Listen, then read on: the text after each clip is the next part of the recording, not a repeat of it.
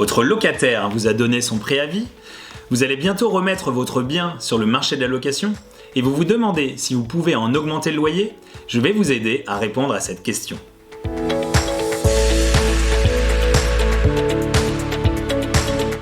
Selon l'encadrement des loyers, en zone tendue, la loi prévoit que le propriétaire ne peut pas augmenter le loyer entre deux locataires. L'encadrement des loyers à la relocation s'appliquera au moins jusqu'à l'été 2021. Dans le nouveau contrat de location, vous devez indiquer à votre locataire le montant du loyer du précédent locataire afin de prouver qu'il n'y a pas eu d'augmentation. L'encadrement des loyers à la relocation s'applique à toutes les locations, vides ou meublées, à usage de résidence principale du locataire. Le bail mobilité est également concerné.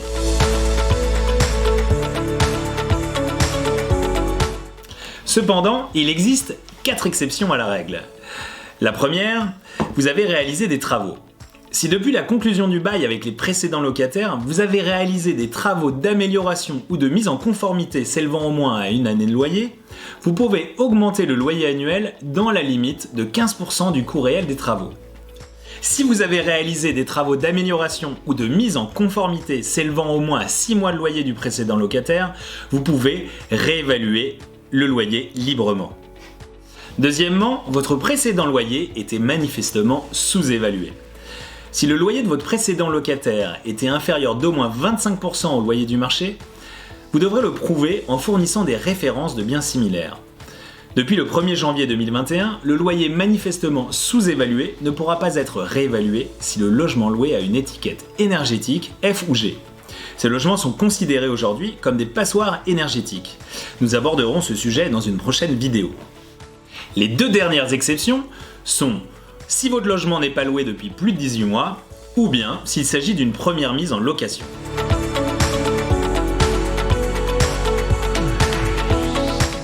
Si vous ne répondez à aucune de ces exceptions et que vous augmentez tout de même votre loyer, vous prenez le risque que le locataire demande à ramener son loyer à la valeur de celui de l'ancien locataire et qu'il exige par la même occasion le remboursement de la différence.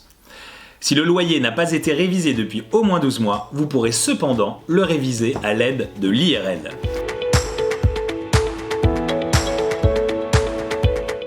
L'indice de référence des loyers, IRL, sert de base pour réviser les loyers des logements vides ou meublés. Il se calcule à partir de la moyenne, sur les 12 derniers mois, de l'évolution des prix à la consommation, hors tabac et hors loyer. Cet indice s'applique sans qu'il soit nécessaire de signer un avenant au bail. La date de l'IRL à prendre en compte pour cette révision est celle du dernier indice publié à la date de signature du nouveau contrat.